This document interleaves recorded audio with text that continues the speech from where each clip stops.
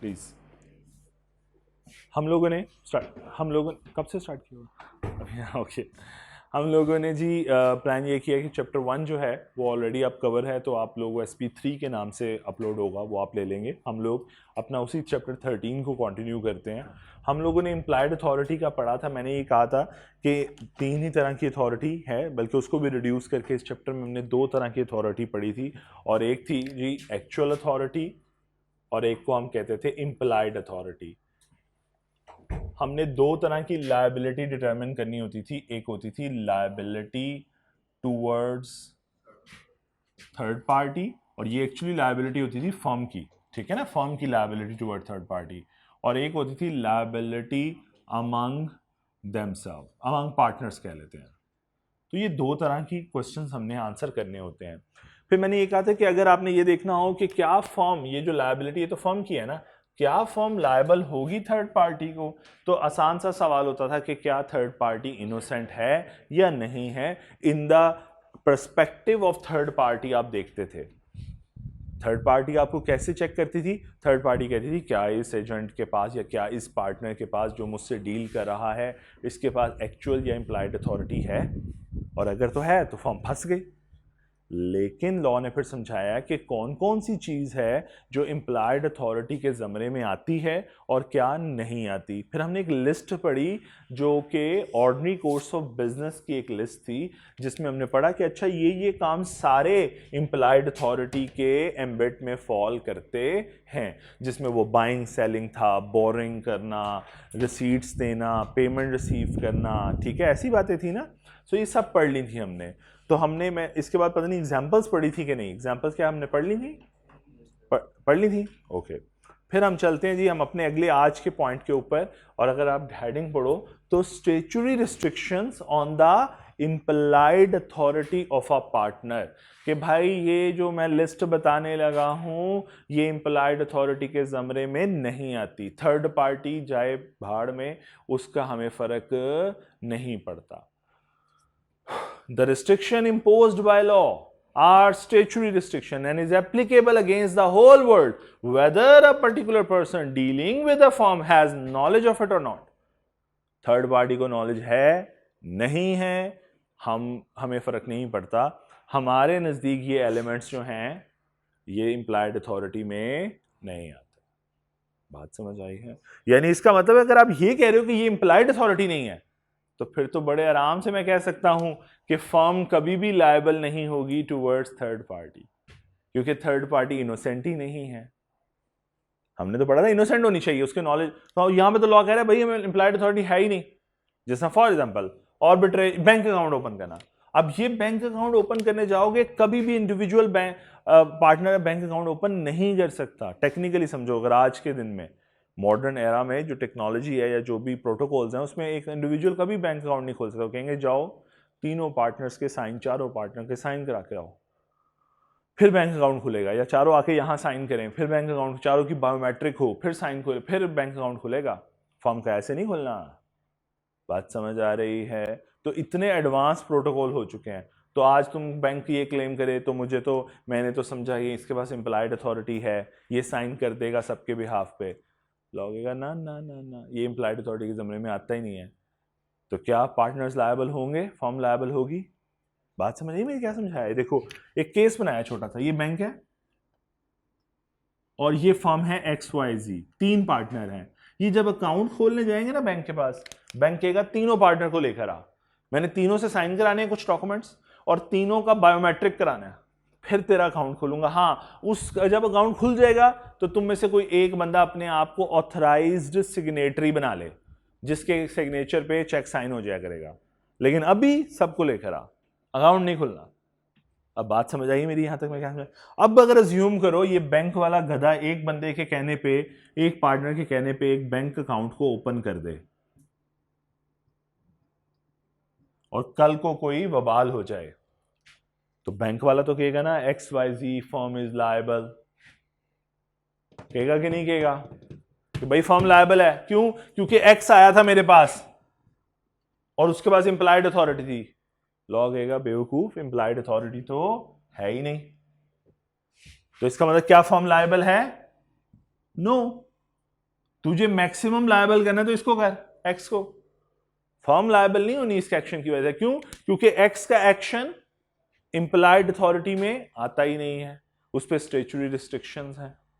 कुछ बात समझ आई? क्या फायदा होगा इस रिस्ट्रिक्शन का पार्टनर्स को या फर्म्स को, कि एजेंट की वजह से फर्म नहीं फंसेगी।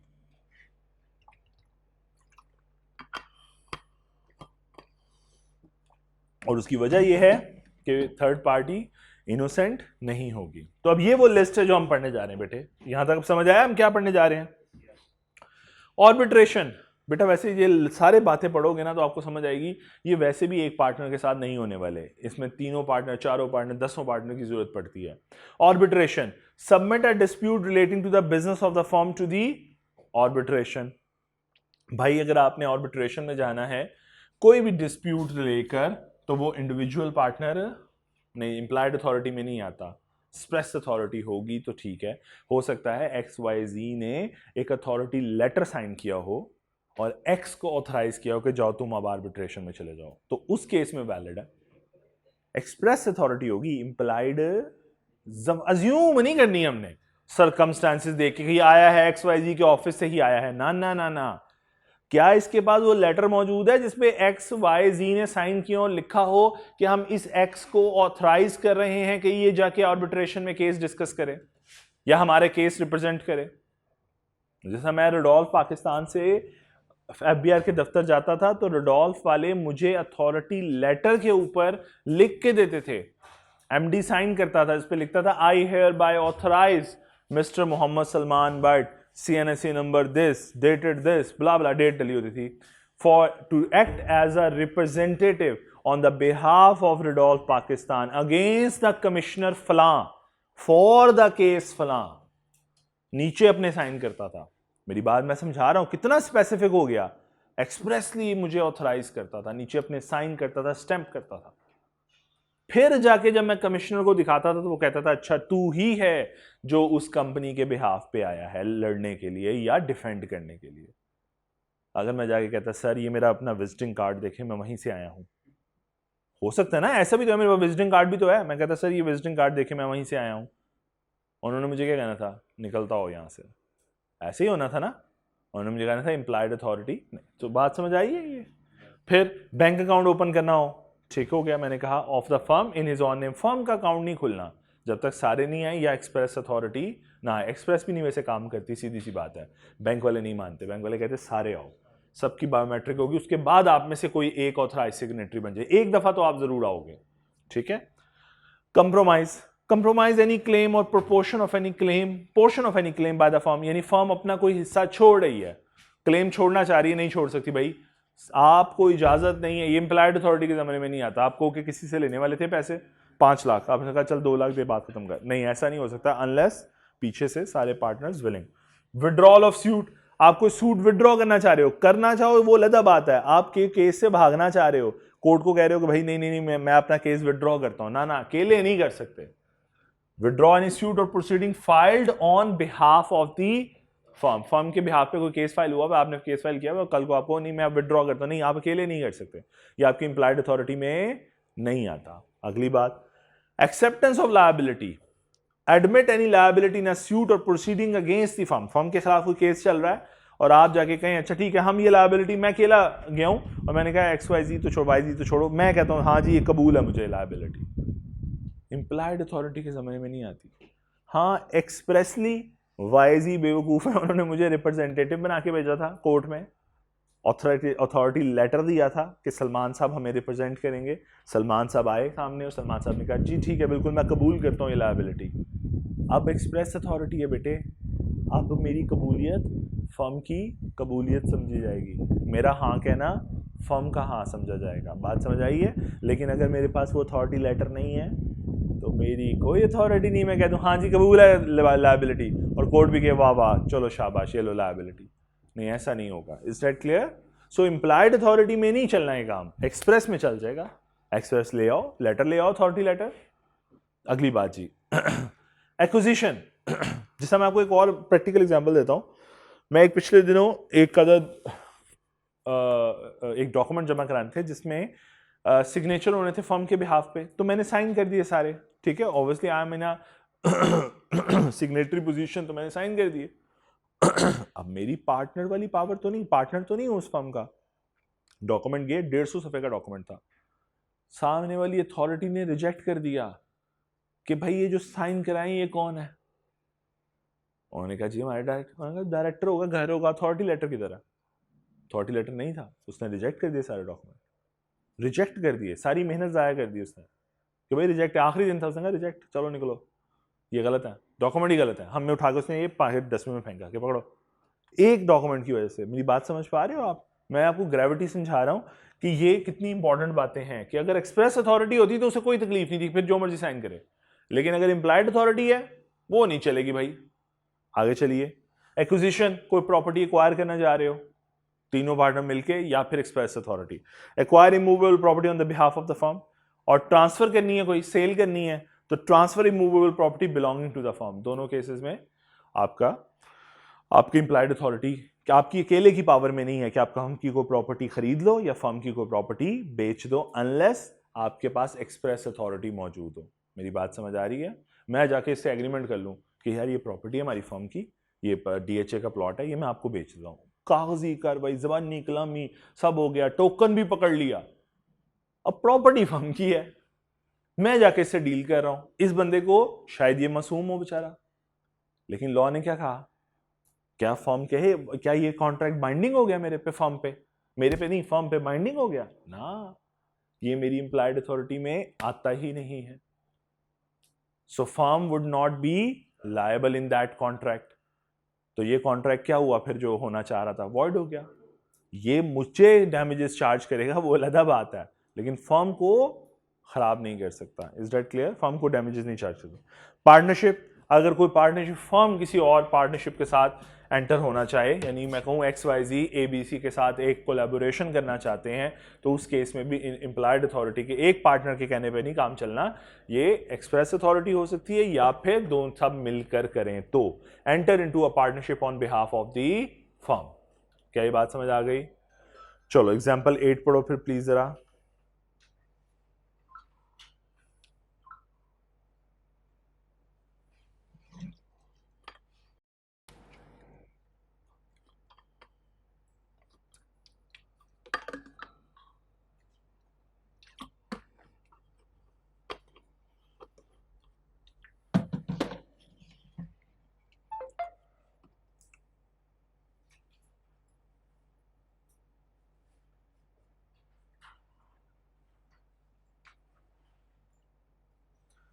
जी सबने पढ़ ली एग्जाम्पल, आगे चलो फिर। Restriction on implied authority bye contract, ये बात हम ऑलरेडी पढ़ चुके हुए हैं कि अगर इंप्लाइड अथॉरिटी पे रिस्ट्रिक्शन लगाई हो, मुझे कहा गया हो कि भाई खबरदार आप सेल नहीं करेंगे, 5 लाख से ऊपर वाली सेल सलमान साहब नहीं करेंगे। अब ये बात हम पार्टनर्स आपस में जानते हैं, क्या थर्ड पार्टी जानती है? नहीं। तो अगर इसका मतलब है, आप जरा थोड़ा सा अपने आप को, अपने माइंड को थोड़ा सा, अब ब्रॉडर पिक्चर पे बात करेंगे हम। आप जब भी आपके सामने कोई केस आया करेगा, आप सबसे पहले ये देखोगे कि क्या थर्ड पार्टी इनोसेंट है या नहीं। अगर तो थर्ड पार्टी इनोसेंट होगी, ये पहला चेक हो गया, दूसरा चेक क्या लगाओगे? प्लीज सोचो। देखो मैं दोबारा बोलता हूं, आपने एक रिस्ट्रिक्शन लगाई हुई है, सपोज XYZ फर्म से मैं बिलोंग करता हूं, मैं एक्स हूं जी, एक्स के ऊपर रिस्ट्रिक्शन लगी हुई है, ये 5 लाख से ऊपर की ट्रांजैक्शन नहीं करेगा, ठीक है, फर्म के बिहाफ पे। अब मुझे ये होगी रिस्ट्रिक्शन ऑन माय अथॉरिटी। अब मैं ये कह रहा हूं कि एक बंदा केस फाइल करने आता है, थर्ड पार्टी केस फाइल करती है XYZ पे, मैं इस बैंक को मिटा देता हूं ना, मैं इसकी जगह कोई थर्ड पार्टी ले आता हूं। थर्ड पार्टी केस फाइल करती है XYZ पे और कहती है कि जनाबे वाला, लो जी ये केस बन गया, ऐसे कर लें, लो जी मैं यहाँ पे बल्कि थोड़ा सा और बेहतर कर लेता हूँ, यहाँ पे XYZ, लो जी ये सिनेरियो आपके सामने आ गया। अब बताइए, मैं कहूं कि क्या फर्म लायबल है इस केस में? अगर मैं कहूं मैं 7 लाख की ट्रांजैक्शन कर दी है, अब बताओ, ये लो मैंने X ने इसके बिहाफ पे, मिस्टर X ने XYZ के बिहाफ पे 7 लाख रुपए की ट्रांजैक्शन करी, जबकि उसकी अथॉरिटी पे लिखा हुआ था कि वो 5 लाख से ज्यादा ट्रांजैक्शन करने के काबिल नहीं है। जी अब बताओ, क्या थर्ड पार्टी लायबल करेगी फर्म को तो क्या सोचेगी, हम क्या सोचेंगे अगर हमने डिसीजन करना हो कि क्या फर्म लायबल है? तो पहला, क्या थर्ड पार्टी इनोसेंट है या नहीं है, क्या उसको इस बात का नॉलेज था रिस्ट्रिक्शन का कि नहीं था। दूसरा क्या सोचेंगे, नहीं नहीं वो छोड़ दें, ये हम इसी पे बात कर रहे हैं, एक ही बात, क्योंकि ये चैप्टर तो हम पढ़ चुके हैं ना, लायबिलिटी अमंग पार्टनर्स, ये तो बात ही नहीं कर रहा मैं। दूसरी बात क्या सोचोगे भाई, ये भी तो देखोगे कि क्या ये एक्शन इंप्लाइड अथॉरिटी के जमरे में आता है कि नहीं आता। अभी दोनों बातें पढ़ी हैं आपने कि इंप्लाइड अथॉरिटी क्या है और रिस्ट्रिक्शन ऑन इंप्लाइड अथॉरिटी, जो स्टेचुटरी रिस्ट्रिक्शंस पढ़ी हैं, तो वो भी तो देखोगे।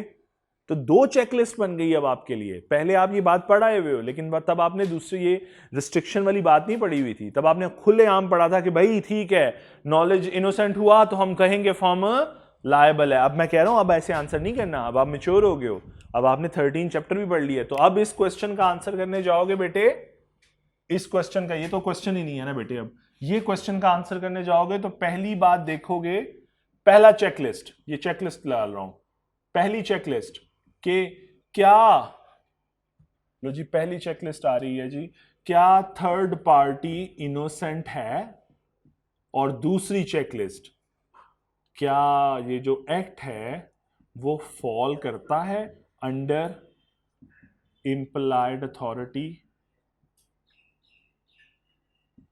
और नॉट। क्या मेरी ये बात समझ आई आप सबको? कि अगर तो मैं सेल परचेज की ट्रांजैक्शन कर रहा हूं तो अभी ऊपर लिस्ट में पढ़ के आया, ये देखो अभी ऊपर लिस्ट में पढ़ के आया कि सेल परचेज करना इंप्लाइड अथॉरिटी में आता है। लेकिन अगर मैं कोई ट्रांजैक्शन करके आया हूं, इनमें से मैं कोई लायबिलिटी एक्सेप्ट कर आया हूं, तो भाई ये तो इंप्लाइड अथॉरिटी के जमरे में ही नहीं आता। इनोसेंट हो या ना हो हमें क्या फर्क पड़ता है, कोई फर्क नहीं पड़ता। बात समझ आई मैं क्या समझाने की कोशिश कर रहा हूं शायद? तो इसका मतलब ये हुआ, मैं ये कहना चाह रहा हूं, ये दोनों चेकलिस्ट के ऊपर टिक लगेगा तो फर्म लायबल होगी, वरना नहीं होगी। क्या मैं ये बात समझा पाया हूं आप सबको कि मैं क्या कहना चाह रहा हूं? चलो अब पढ़ो जरा। The partner in a firm may restrict the implied authority of any partner by agreement between them. Such restriction shall be effective only if third party knows of the restriction. क्या जब थर्ड पार्टी इनोसेंट हो। Please example 9 पढ़िए।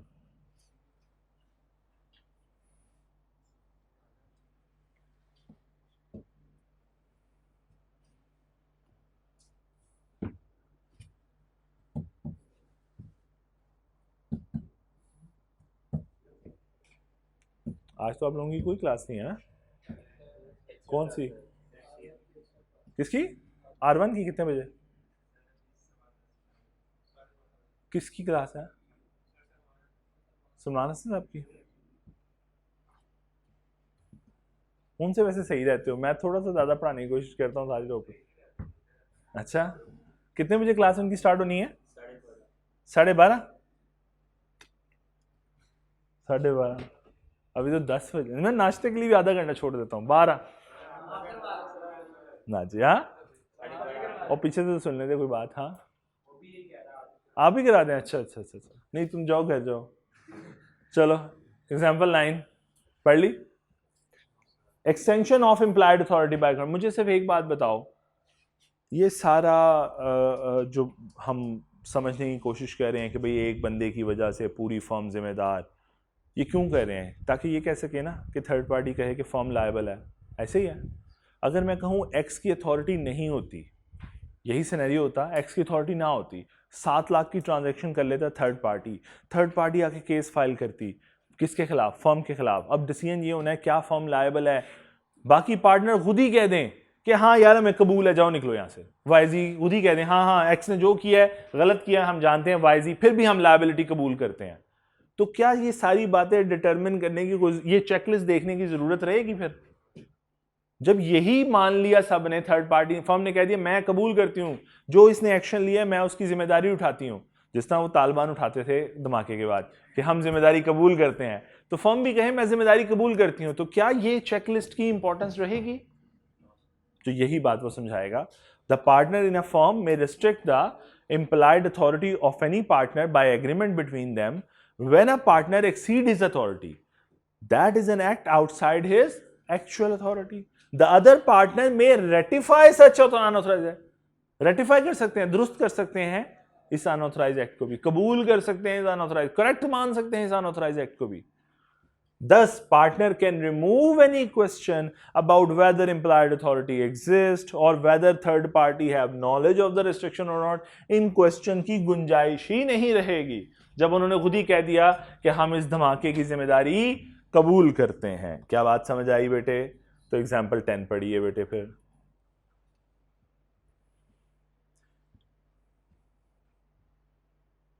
मैं ज्यादा नहीं पढ़ाऊंगा, मैं 10:30 तक तो पढ़ाऊंगा, बस मैं ये पूछना चाह रहा, लेकिन पढ़ाऊंगा आज 10:30 बजे तक. ठीक है, हिम्मत है ना? फ्रेश आए हो ना? पहले लेक्चर है ना? R1 का लेक्चर लेके आए हो? सुभान अल्लाह. अच्छा, नहीं फिर नहीं. अच्छा चलो. है? अच्छा जी जी, बिल्कुल बिल्कुल. पढ़ो एग्जाम्पल 10.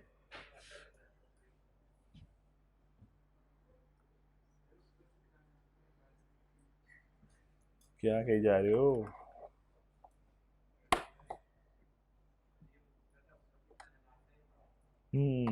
बाहर से खाओ, बाहर से खाओ. समझ तो रहे हो ना? तुम शायद भूल रहे हो ये भी चार्टर्ड अकाउंटेंट है. इससे निकलवा लिया तो फिर पीछे क्या रह गया?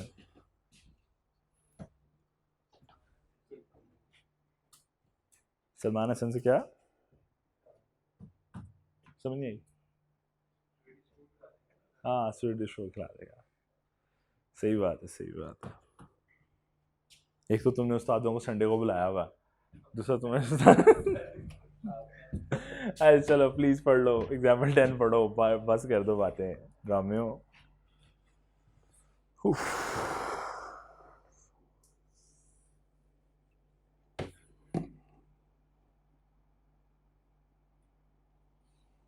डन? समझ भी आ गई? चलो जरा अगली बात पे आओ. Partners authority in emergency. ये बात तो हमने ऑलरेडी चैप्टर 10 में पढ़ी हुई है. In emergency, a partner has authority to do all such acts for the purpose of protecting the firm from loss. बिल्कुल वैसे ही जैसे वो अपनी चीज की हिफाजत करता. तो वही बात लिखी है. एग्जाम्पल 11 पढ़ो जल्दी से.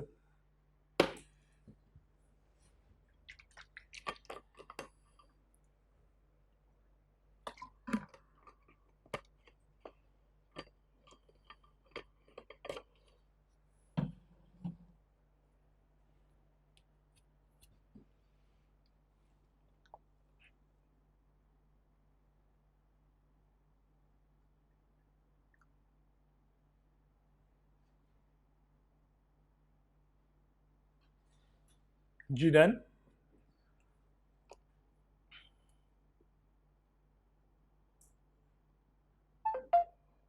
जस्ट अ मिनट, मैं सिर्फ एक चीज देख लूं उसके बाद फिर हम चलो. अच्छा जी, अब इसके बाद अगली बात हम लोग आते हैं liability of a partner and firm. Effect of admission by a partner. कि अगर कोई पार्टनर कबूल कर ले कोई चीज तो क्या वो फर्म की कबूलियत समझी जाएगी? ये वो कहना चाह रहा है कि अगर मैं पार्टनर हूं, एक्स मेरा नाम है, YZ फर्म में मैं पार्टनर हूं, और मैं किसी चीज को जाके कबूल कर लूं तो क्या ये फर्म की कबूलियत, क्या मेरा हाँ कहना फर्म का हाँ कहना समझा जाएगा? तो वो कहता है एनी एडमिशन और representation made by a partner, by Salman, by x is evidence against the firm. वो फर्म की कबूलियत है if the following 2 condition are fulfilled. Number 1, पहली, सच एडमिशन और representation must relate to the affairs of the firm. की किसी काम में हाँ बोला हो, ठीक है, वो एक्ट फर्म का एक्ट हो. और सेकंड, एंड लिखा हुआ है और नहीं है, प्लीज दोनों कंडीशन का फुलफिल होना जरूरी. दूसरा क्या है? सच एडमिशन या representation must be made in the ordinary course of business. यानी वही बात उसने कह दी कि इंप्लाइड के जमरे में आता हो. जरा दोबारा पढ़ो. In the ordinary course of, तो ऑर्डिनरी कोर्स ऑफ बिजनेस की तो सारी बातें वो लिस्ट में लिखी हुई हैं जो हम पढ़ के आए हैं ऑर्डिनरी कोर्स वाली. बाय सेल, रिसीट्स, पेमेंट्स, उस जमरे में आता हो.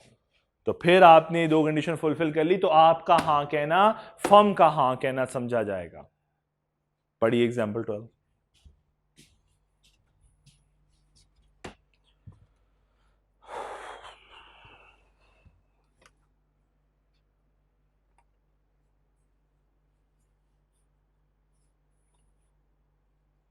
जी पढ़ ली एग्जाम्पल।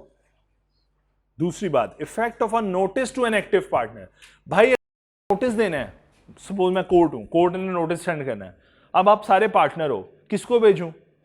तो असूलन में अगर सपोज लॉ कहता है कि अगर मैंने किसी एक्टिव पार्टनर को नोटिस दे दिया तो समझ लो कि सबको मिल गया। मैंने अगर किसी एक्टिव पार्टनर को नोटिस दिया तो सबको मिल गया।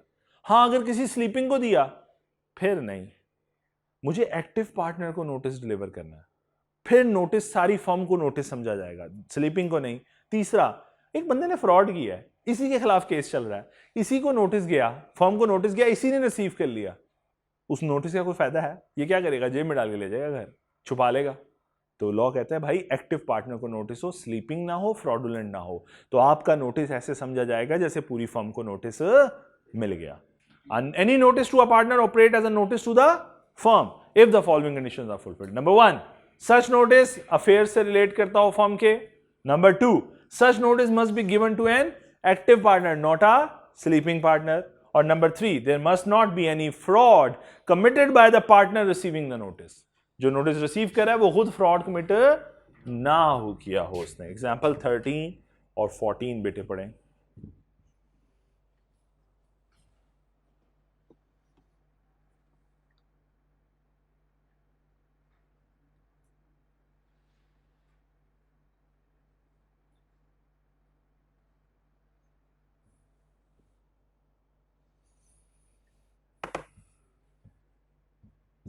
Thirteen 14 please.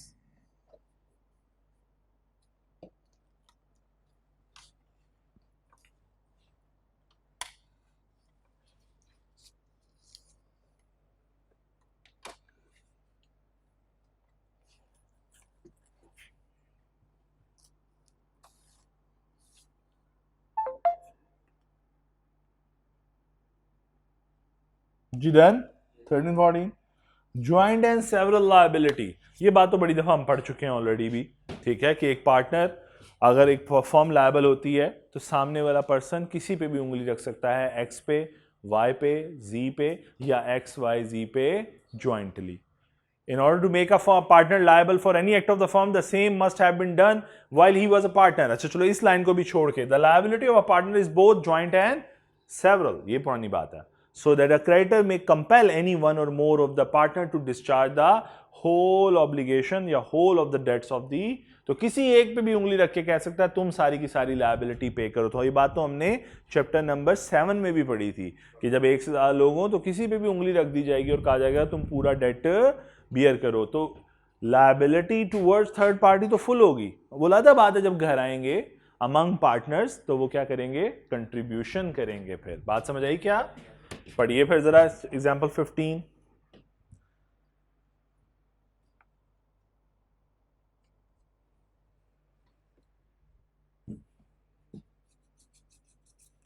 और पहली लाइन उसने जो लिखी हुई है वो भी आखिर में पढ़ते हैं। आप पहले ये पढ़ लो, पहले एग्जांपल पढ़ लो 15, फिर मैं आखिरी लाइन जो पहली लाइन पढ़ी है फर्स्ट में उसका मतलब बता देता हूँ।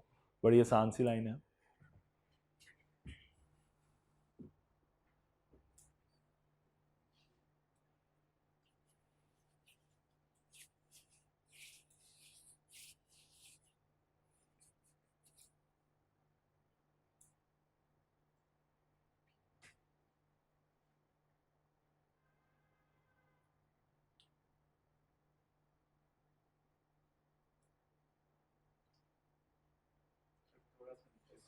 जी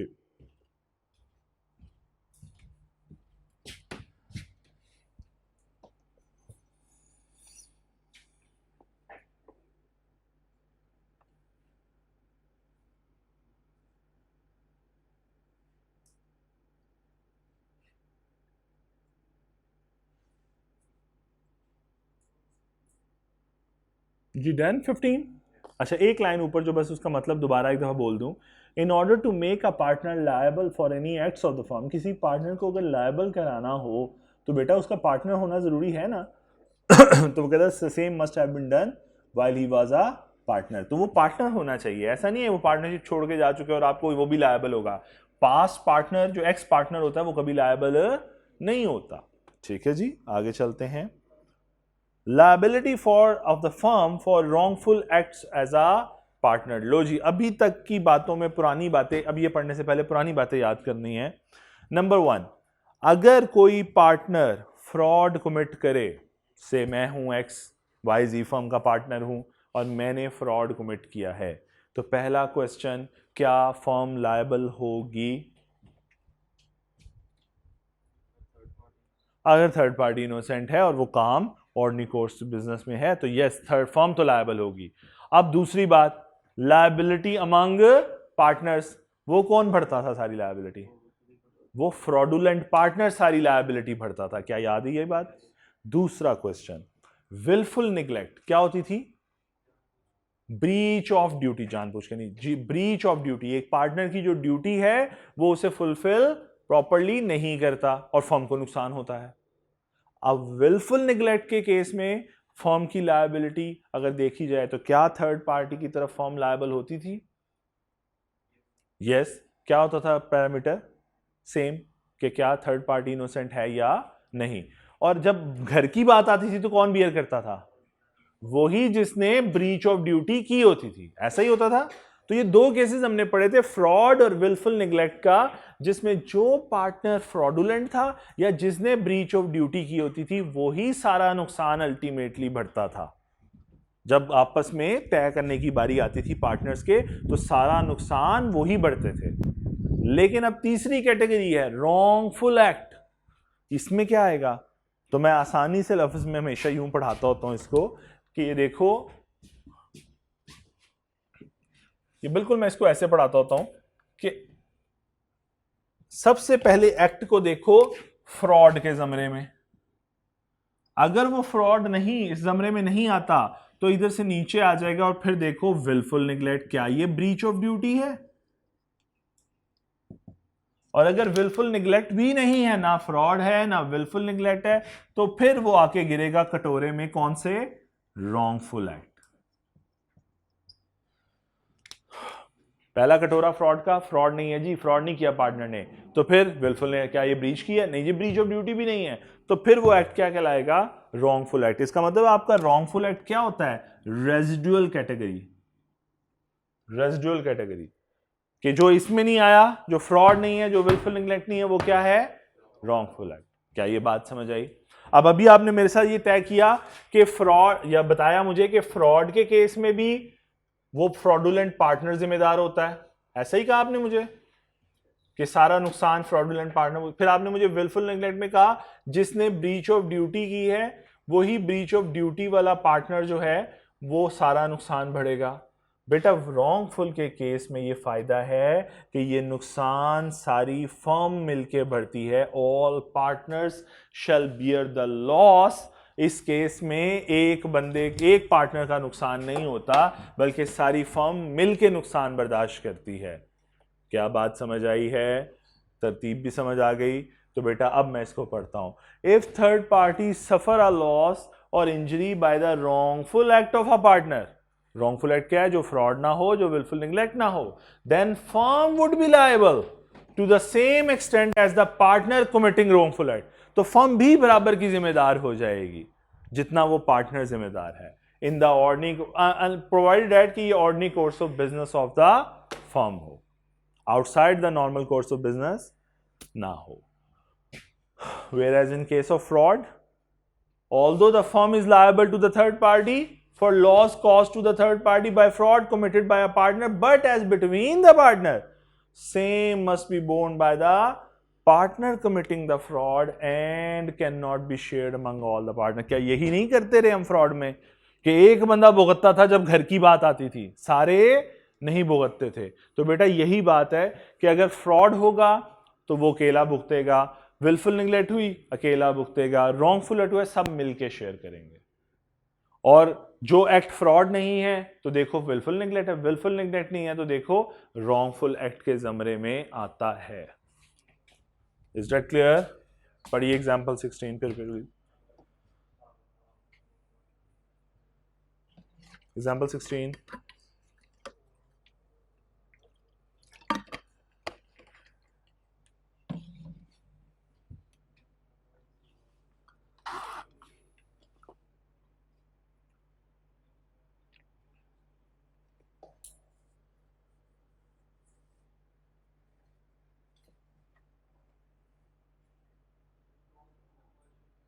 जी डन। किधर बेटे? टोट ऑफ कन्वर्जन। टोट कहते हैं रॉन्ग आपके सिविल ऑफेंस को। तो टोट ऑफ कन्वर्जन, कन्वर्ट गलत किया उसने, क्या ऊपर हुआ क्या है? एक minute. Active partner knowing the goods were stolen one purchase and sold them in the name of the firm. गलत चीज़ें, चोरी की चीज़ें खरीदी हैं और फिर उसको बेच दिया फर्म के नाम पे। तो जनाब उसने क्या किया जी, all the partner including the sleeping are liable to the owner of the goods for the टोट ऑफ, ये सिविल रॉन्ग के लिए लायबल है। ये कन्वर्ट किया प्रोडक्ट को, गुड्स को, उसके लिए लायबल है। सिविल रॉन्ग के लिए तमाम पार्टनर्स लायबल हैं, वो ये कह रहा है। टोट of conversion actually civil wrong है, सिविल रॉन्ग डूइंग। जी चलूं आगे। लो जी, आज के टॉपिक की आज की लेक्चर की लास्ट टॉपिक छोटा सा, उसके बाद हम पास पेपर्स करेंगे कुछ, और उसके बाद मैं छुट्टी दूंगा, ठीक है? पास पेपर करके, यही वाले जो नीचे गिवन है। चलो जी, liability for misapplication by partners. देखो मैं बेटे, पार्टनर्स को आपने फंड्स दिए और पार्टनर ने मिस यूज कर लिए, लाइक किसी ने केस फाइल करने के लिए, आपको लीगल केस को हैंडल करने के लिए, आपकी लॉ फर्म है, आपके पार्टनर, सारे पार्टनर हो, इस पार्टनर को पैसे पकड़ाए, ये पैसे पकड़ के दुबई का ट्रिप करने चला गया, और ये पैसे तो फर्म के हैं। या फिर पार्टनरशिप फर्म के अंदर बैंक अकाउंट में पैसे पड़े हुए थे, ये इसके पास ऑथराइज सिग्नेटरी था, इसने बैंक से पैसे निकाले और ट्रिप पर चला गया। भाई मिस अप्लाई कर दिए, वो तो किसी कस्टमर्स के पैसे पड़े हुए थे, फर्म के पैसे थे, इसके तो नहीं है, तो इसने मिस अप्लाई किए। ये कॉन्सेप्ट समझ आ रहा है अब आपको? सो दो तरीके हैं, या तो कस्टमर इसे पैसे दे गया और इसने मिस अप्लाई कर लिए, या फर्म की कस्टडी में पैसे थे और इसने मिस अप्लाई कर लिए, दोनों ऑप्शन है। तो कहता है the firm is liable to make good the loss, तो फिर फर्म की जिम्मेदारी है कि वो इस नुकसान को बढ़ेगी। When, where a partner acting within his apparent authority receives money or property from a third party and misapplied. अपनी अथॉरिटी का इस्तेमाल करते हुए, वहीं बैठा हुआ था, अपनी अथॉरिटी का इस्तेमाल करते हुए कस्टमर से पैसे लिए और उसे दुबई का ट्रिप करने चला गया। और दूसरा तरीका, और या फिर a firm in the course of its business receive money or property from a third party and any of the partner misapplied it where while it is in the custody of the firm। यानी कि क्या हुआ, a firm in the course of, हमने पैसे लिए customer से और वो फर्म की कस्टडी में थे, इसने पैसे निकाले और मिस अप्लाई कर दिए। तो दोनों केसेस में इस पार्टनर की मिस एप्लीकेशन की वजह से कस्टमर को जवाब दे कौन होगा? फर्म। क्या बात, वो बात की बात है, घर की बात, वो बात की बात है, ये फर्म की बात हो रही है, घर की बात में हम कर लेंगे सीधा पतरा इसको, ठीक है? एग्जाम्पल 17 पढ़िए।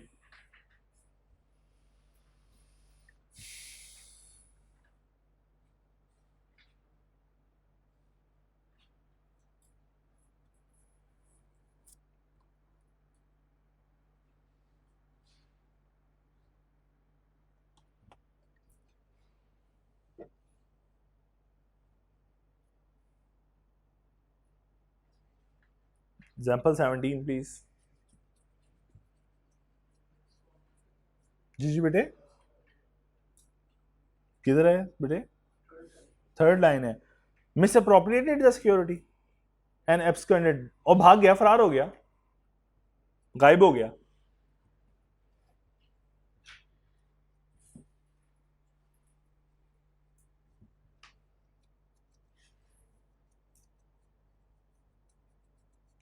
जी डन। लो जी, अब हम आते हैं जरा, अब जो क्वेश्चंस आएंगे ना आपके सामने, ये प्रैक्टिस क्वेश्चन, ये सारे इंपॉर्टेंट हैं, क्योंकि अब आपके पास नॉलेज आ चुका है सब चीज़ों का। एक्चुअल अथॉरिटी क्या होती है, इम्प्लाइड क्या होती है, थर्ड पार्टी कब इनोसेंट होती है, कब नहीं होती, इम्प्लाइड अथॉरिटी में क्या आता है, क्या नहीं आता। अब एग्जामिनर जो आपके साथ सवाल यहाँ पे जो बुक में शेयर्ड हैं, वो हर एंगल से आएंगे, उसमें हर एरिया कवर हो रहा होगा। मेरी बात समझ आती है? तो जरा आप सवाल पढ़ो। ये 2020 का सवाल है, 3 पार्टनर्स हैं, Saima, Ehsan and Bari are partners in a law firm. Bari received an advance of 150,000 from one of the firm's client for defending a lawsuit. क्या हमारी लॉ फर्म है और लॉ सूट को डिफेंड करना ये मेरी फर्म की क्या है, ऑर्डिनरी कोर्स ऑफ बिजनेस है कि नहीं? इसका मतलब ऑर्डिनरी कोर्स ऑफ बिजनेस के अंदर बारी ने 1.5 लाख रुपए का एडवांस कस्टमर से पकड़ लिया है। Bari, without proceeding on client's request and informing other partner about the receipt of the amount, utilize the money for personal use. और उसने अपने personal purpose के लिए इस्तेमाल कर ली है. Discuss rights and liabilities of partners and that of the firm with regard to Bari's Act. जरा गौर करो, क्या दोनों सवाल नहीं पूछ डाले उसने कि मुझे फर्म की लायबिलिटी भी बताओ और मुझे पार्टनर्स की लायबिलिटी भी बताओ, उनके राइट्स और ड्यूटीज भी बताओ. बात समझ आई? तो अब देखो, एक आंसर मिलेगा इसी चैप्टर में से, चैप्टर 13 में, और एक आंसर मिलेगा चैप्टर 12 में से जो पढ़ के आए हो. सो पहला तो बड़ा आसान है, फर्म का एक्ट देखें तो अभी पढ़ा मिस एप्लीकेशन, फर्म लायबल हो जाएगी क्योंकि ये पैसे फर्म उस पार्टनर ने अपेरेंट अथॉरिटी का इस्तेमाल करते हुए उस क्लाइंट से रिसीव किया और मिस अप्लाई कर दिया, तो फर्म तो लायबल हो गई. अब आते हैं आपस की बात, rights and liabilities of partners. जी अब बताइए, सॉरी मैं सोल्यूशन ऊपर. हाँ अच्छा ठीक है, आप कहते हो कि अगर पार्टनर उसके एक्ट को रेटिफाई कर दें तो फिर तो फर्म की लायबिलिटी है ये, तो वो तो फर्म लायबिलिटी. मैं आपस की बात कर रहा हूं, आपस की तरह बात करें. 3 लोग हैं ना, साइमा, एहसन एंड बारी. जी करिए जरा बात, जरा चैप्टर पिछले में जाइए. कौन लायबल होगा इसके लिए? बारी भुगतेगा फिर, इसका मतलब है क्यों? अच्छा फर्म, अच्छा इस एंगल से एक और भी देखा जा सकता है, फर्म क्यों लायबल है. एक तो आपने मिस एप्लीकेशन वाली बात कर दी, दूसरी बात क्या हो सकती है और भी देखिए जरा, फर्म की लायबिलिटी के वजह से क्या ये अथॉरिटी में आता है, उसके ऑर्डिनरी कोर्स ऑफ बिजनेस में है, इम्प्लाइड अथॉरिटी में ये एक्शन बारी का पैसे रिसीव करना है. रिसीट्स एंड पेमेंट्स कर सकते हो आप, ऑर्डिनरी कोर्स ऑफ बिजनेस है, इसका मतलब वो उसकी अपेरेंट अथॉरिटी में आता है. तो उस वजह से भी फर्म फंस जाएगी क्योंकि थर्ड पार्टी क्या है, उसके मुताबिक तो उसने बेचारे ने तुम्हें पैसे दिए हैं. तो जरा पढ़ते हैं सोल्यूशन, देखो जरा पढ़ो सोल्यूशन. उन्होंने कहा बाड़ी ने अपनी अथॉरिटी से एक्सीड किया, लेकिन आगे जरा पढ़ो, पूरा सवाल पढ़ो, जरा जवाब पढ़ो अब जरा.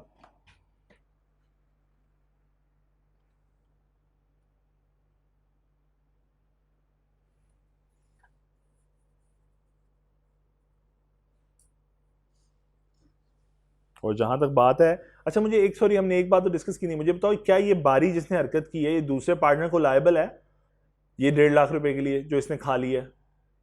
नहीं, आपस की बात, लायबिलिटी अमंग पार्टनर्स. फर्म को लायबल है वो कि बाकी पार्टनर को लॉस बढ़े वो? अब देखा ये जाएगा क्या ये फ्रॉड है या ये विलफुल निगलेक्ट है. अब अगर आप इसे फ्रॉड में डिक्लेयर कर देते हो तो ये अकेला भुगतेगा और सारे फर्म को पैसे देगा वापस, ठीक है, 1.5 लाख रुपया. और अगर ये विलफुल है तब भी यही होगा. और अगर ये रॉन्गफुल आपने कहा, वैसे रॉन्गफुल है नहीं, अगर आपने रॉन्गफुल डिक्लेयर किया तो फिर उस केस में सब शेयर करेंगे. तो ये रॉन्गफुल नहीं है, ये इसे आप जरूरी है या तो आप इसे फ्रॉड में डिक्लेयर कर दें या फिर आप इसे विलफुल निगलेक्ट में डिक्लेयर कर दें. Wilful is much better. क्यों? क्योंकि देखो फ्रॉड में ना, पार्टनर्स में फ्रॉड नहीं होता, इस तरह की ब्रीच ऑफ ड्यूटीज ज्यादा होती हैं. तो आखिरी अगर आप पैरा पढ़ो मेरे कहने पर जरा एक दफा प्लीज, पहला पैरा आपको तो वो बता रहे ना जो हमने पढ़ लिया ऑलरेडी, जरा आखिरी पैरा पढ़ो.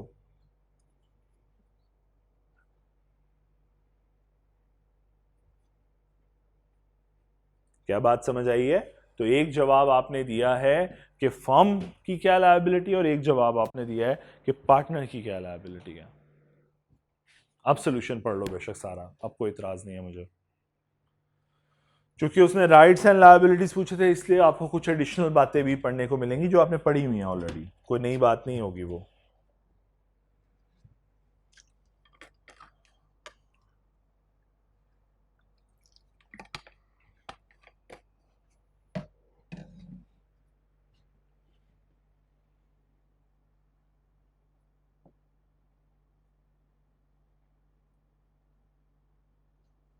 जी क्या समझ आ गई बातें?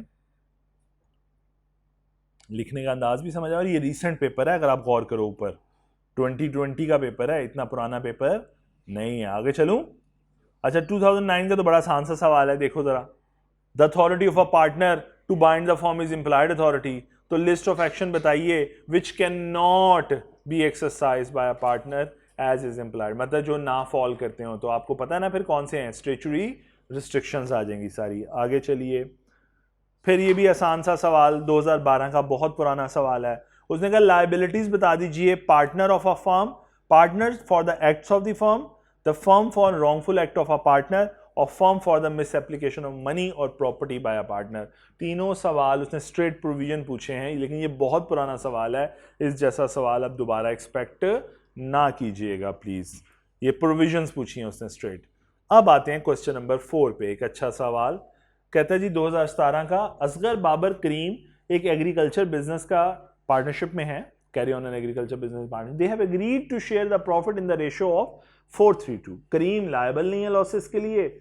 फरवरी 2017 में the partnership incurred substantial loss due to heavy flood in the area and the partnership assets are not sufficient to meet the firm liability. A number of creditors have filed a suit for the recovery of the amount from Cream. Under the provision बताइए, analyse कीजिए और comment कीजिए। लोगों ने करीम के खिलाफ case file कर दिया जी, बताइए क्या जवाब होना चाहिए? लायबल होगा, क्यों? क्योंकि उसकी लायबिलिटी क्या होती है? अनलिमिटेड। और एक और बात, ज्वाइंट एंड सेवरल लायबिलिटी की बात पढ़ें तो क्रेडिटर किसी पे भी उंगली रख के पूरी लायबिलिटी रिकवर कर सकता है। अच्छा, इसके बाद वाली बात बताइए। इसके बाद तय तो कुछ और था, करीम तो लायबल था ही नहीं लॉसेस के लिए, तो तय किया हुआ था, तो फिर क्या करेगा करीम? बाकियों से रिकवर करेगा। शाबाश। सोल्यूशन पढ़िए, सोल्यूशन पढ़ लें जल्दी से।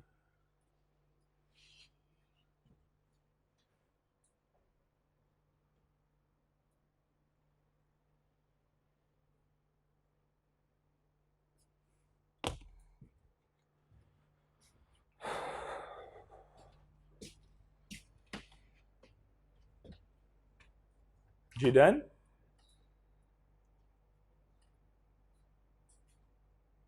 चलें आगे। प्रैक्टिस क्वेश्चन 5 आप लोग घर से करेंगे एक दफा, और नहीं घर से करने के लिए दे रहा हूं, खुद नहीं करा रहा, घर से करेंगे। और 6 भी घर से करेंगे, 5 और 6 आप घर से करेंगे, ठीक है? जज़ाकल्लाह भाई, ध्यान से जज़ाकल्लाह। 5 और 6 आप घर से करेंगे। और चलो चलो, ये दो दो तो सवाल रह गए हैं, तीन तीन को सवाल रह गए छोटे छोटे से। चलो नहीं, पढ़ लें प्लीज, पढ़ लें। 7 देखिए जरा एक दफा। वही सवाल है जो अभी आप उस तरह करके आए, लेकिन दूसरे तरीके से गिवन है। 5 और 6 मैंने घर से करने के लिए दिया है। Sahir and Sarim are lawyers who have entered into a partnership, namely SS associate. Naureen जो है approaches SS associate for a property dispute case. However, after seeing Sarim's capability, Noreen gave $250,000 to Sarim for investment in stocks and bonds at his discretion on her behalf. अपनी मर्जी से उसकी at his discretion के भाई पैसे ले, अपनी मर्जी से इन्वेस्ट कर, और on her behalf, मेरे behalf पे, और 2.5 लाख रुपया दे दिया। अब मुझे सिर्फ यहाँ पे बताओ, यहीं पे बस बात सारी ट्रिकी पॉइंट था यहाँ तक। लॉयर फर्म है ना, एसएस एसोसिएट लॉ फर्म है, क्या लॉ फर्म का काम है इन्वेस्टमेंट करवाना? ये स्टॉक्स में और बॉन्ड्स में इन्वेस्ट कराना एडवाइस देते हैं वो लोग? नहीं। तो इसका मतलब है, अगर अब एक कस्टमर आके पैसे पकड़ा रहा है किसी पार्टनर को 2.5 लाख रुपया, किसको पकड़ा रहा है? नौरीन ने सारिम को दिया है, तो क्या सारिम ने जो पैसे रिसीव किए हैं, क्या वो उसकी इंप्लाइड अथॉरिटी में आते थे? ये तो इंप्लाइड अथॉरिटी ही नहीं है, ये तो outside the normal course of business है। तो पार्टनर मासूम हो, वो थर्ड पार्टी मासूम हो या ना हो, ये बात तो फर्क ही नहीं पड़ता यहाँ पे, क्योंकि ये इंप्लाइड अथॉरिटी नहीं है। आगे चलो, कहते हैं Sarim hide the fact said fact from Sahir and use the money to meet his personal, उसने अपने पर्सनल इस्तेमाल के लिए लिए पैसे। Subsequently Naureen filed a suit on the firm for the recovery of, उसने बाद में एक फर्म पे केस फाइल कर दिया 2.5 लाख का। Reason out the validity of suit filed by Naureen. जी बताइए। फर्म लायबल नहीं होगी जनाब, क्योंकि ये इंप्लाइड अथॉरिटी के जमाने में आता ही नहीं है। तो जरा सोल्यूशन पढ़ लीजिए।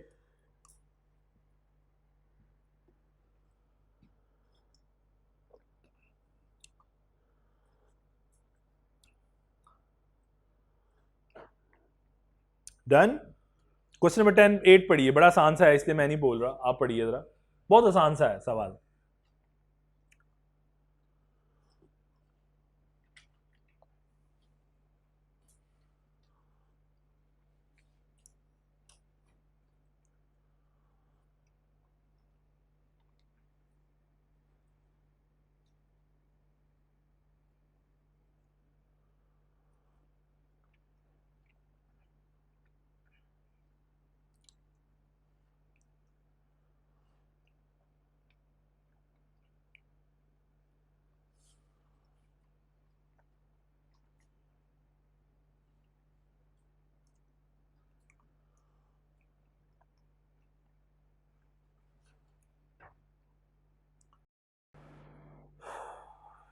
जी क्वेश्चन नंबर 8 पढ़ लिया। इमरजेंसी सिचुएशन का एक छोटा सा सिनेरियो उसने बिल्ट किया था। लो जी एक 9 10 अगर 9 नंबर सवाल देखो तो फिर वही आसान 4 रिस्ट्रिक्शन बतानी है ऑन द इम्प्लाइड अथॉरिटी, तो वही वाली बात दोबारा पूछी है उसने 2020 में, वही वाले जो हम स्टेचुरी रिस्ट्रिक्शन पढ़ के आए हैं। क्वेश्चन नंबर 10 इस लास्ट टॉपिक को बस पढ़ते हैं और क्लोज करते हैं।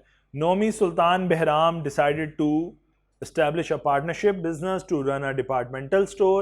The partnership business was started in January 15. March 15 में बहराम ने रिसीव किया एक overdraft of ₹100,000 from the partnership bank. He informed the bank that the money would be used to construct a new cash counter in the departmental store.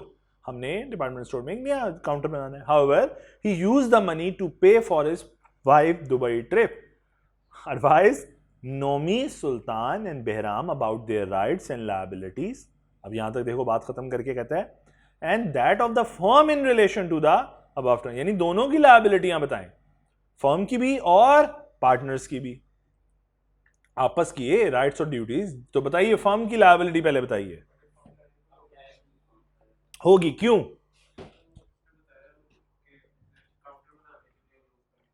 और ये action उसकी implied authority में fall, boring उसकी implied authority में fall करती है। सो इसीलिए boring from the bank ये जो है ये क्या हो गया, इंप्लाइड अथॉरिटी का एक्शन। और थर्ड पार्टी क्या हो गई, इनोसेंट। ये बिल्कुल उसी तरह तुम बैंक से लोन लो और बाद में जुआ खेल लो।